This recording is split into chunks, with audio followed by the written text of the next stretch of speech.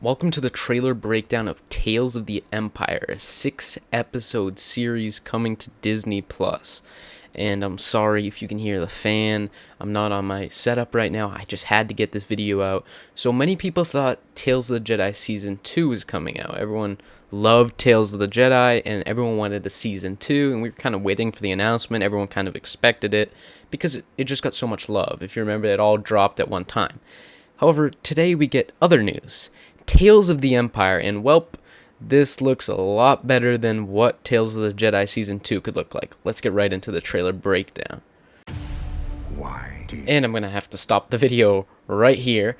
Sorry, but this is a trailer breakdown. If you notice here, Morgan Elsbeth and Thrawn are standing at the planet that was actually featured in The Mandalorian Season 2, Episode 5, where Ahsoka teams up with the Mandalorian to go fight Morgan Elsbeth. So this is the exact same planet, I believe, because the trees look the same, and the castle, basically, that she's standing on, or the front gateway to get into this place, looks the exact same.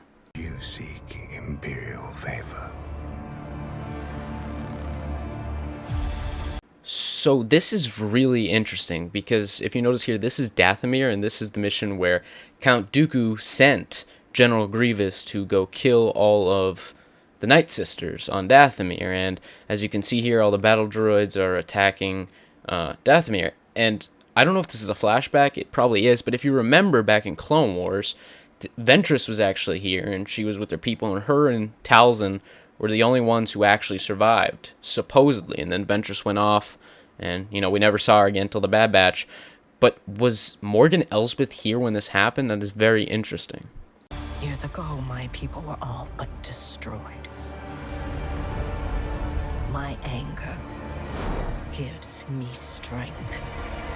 So this does seem to be Dathomir, and I don't actually think this is where all the Night Sisters live that's getting burned down. I think she was there when all the Night Sisters' home got burned down by Grievous and the droids, and then she went to go check on the male Dathomirians. I don't know if you remember from the Clone Wars, there was actually a village of male Dathomirians to train to be warriors, and I think she's going to check on them as well, because this terrain looks more like where the male Dathomirians lived, and she's going to check if they got burned down too, and if that is true, then it appears that they did as well, and it seems that she's mourning that. It is that strength I offer the Empire. Offer accepted.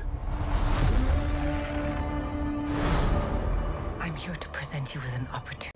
So before we get into who she's speaking to, which is Baris, which is I'm going to get into really quickly in just a second, but this isn't actually an Inquisitor, and I'm going to put on the screen right now the Inquisitor from the Obi-Wan Kenobi show, one of them, and I believe this is the same Inquisitor.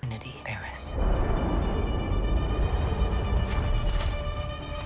Just be glad. So I don't want to go into the whole backstory, because many of you know, but there was a hangar explosion in the Jedi Temple. Someone got arrested for it, and then Ahsoka went to go visit this person, and the person she was visiting got force choked, and they all thought it was Ahsoka, but it was really Baris, who then killed a bunch of clones and framed Ahsoka for murder. She was then sent off to prison, and this is at the very end of the Clone Wars, so just like a year before the fall of the Republic, and everyone was wondering what actually happened to her. What side would she pick? And I'm very, I can't even begin to start how excited I am to see Baris.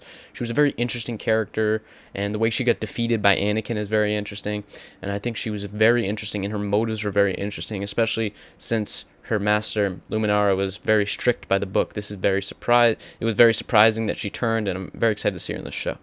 You're not a Jedi anymore. Your path is set, Morgan Elsbeth. So this scene shows Morgan Elsbeth fighting droids on Dathomir, so I think this does confirm that she was there at the time. I don't know if that is a AT-AT that we're looking at right now. I'm not sure. Maybe this was shown in the Clone Wars episode, I don't remember.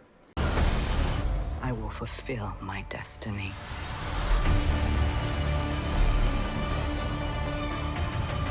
Mercy only breeds defeat. So what we're looking at here is a bunch of lightsabers, and you might think, oh, these are the Inquisitor lightsabers where they keep them, but you're going to see in a second that the Grand Inquisitor pulls it and gives it to Baris to train, and it's actually a green lightsaber. So what I think this is this actually a collection of all the Jedi who they have killed in the Inquisitory building that we saw in the Obi-Wan Kenobi show. So I believe, yes, that these are a bunch of dead Jedi's weapons that Baris is going to use to train. But I will help you overcome this weakness. Attack!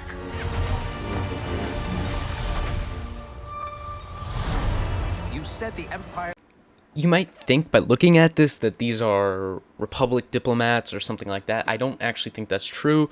If you look at Morgan Elsbeth, it looks like how she looked in The Mandalorian Season 2, and this is on Corvus. This is exactly where she fought Ahsoka Tano. I actually think, because it's Tales of the Empire, I don't think it's strictly in between episodes 3 and 4. I think it might be between episodes 3 and 4 and also like in the same time as The Mandalorian, because that was like the rise of the Empire coming back. So I think maybe we'll get 3 episodes in between 3 and 4, and then 3 like 5 years after 5 years after Return of the Jedi. And I think these are actually New Republic officers trying to have some diplomacy with Morgan Elsbeth. would help to change things. Everything comes at a cost.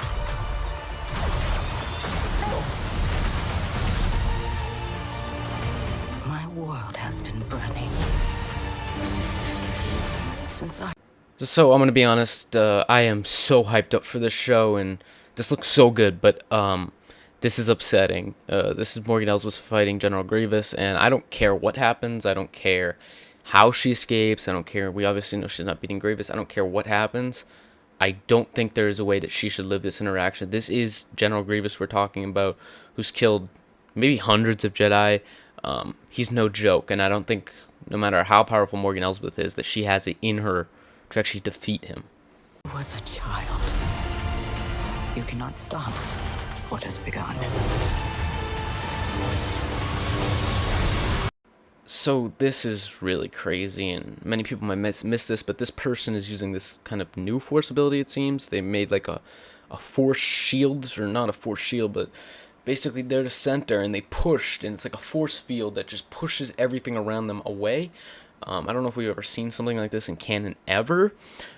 People might think this is Palpatine. I doubt it, because they're killing droids, B2 and B1s. So I don't know exactly who this is. This might be a new character. This is very interesting. Is it Dooku killing his own men? Probably not. So who that actually is very important. I'm very interested. That's actually my number one interest out of seeing everything in this trailer, of who that is and how they just did that move. Now you must face one final test. To join us.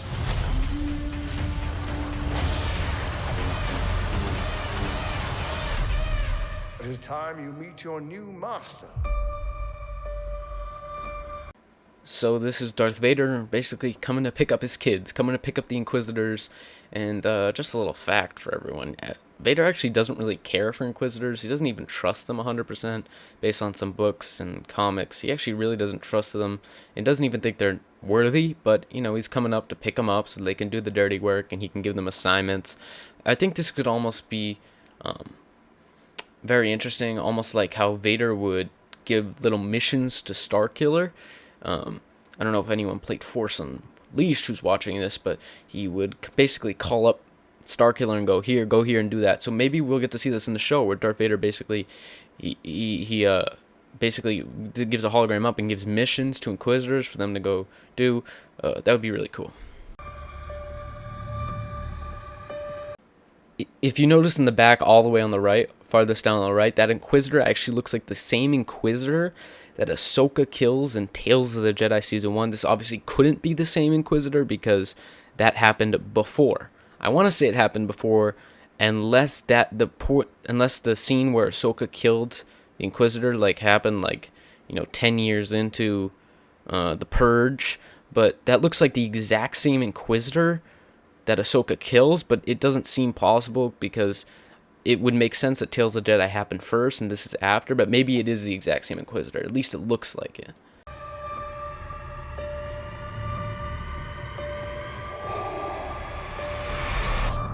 Long live the Empire.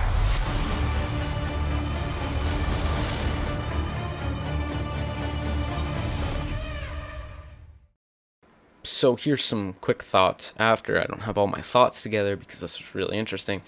But it's a 6-episode show, and it's coming out all on May 4th, so it's just going to drop, I believe, unless they change it. Just like Tales of the Jedi, it's just going to drop on one day, and I think it's really good for this show. You know, they have the shows like The Bad Batch that release weekly, which is interesting.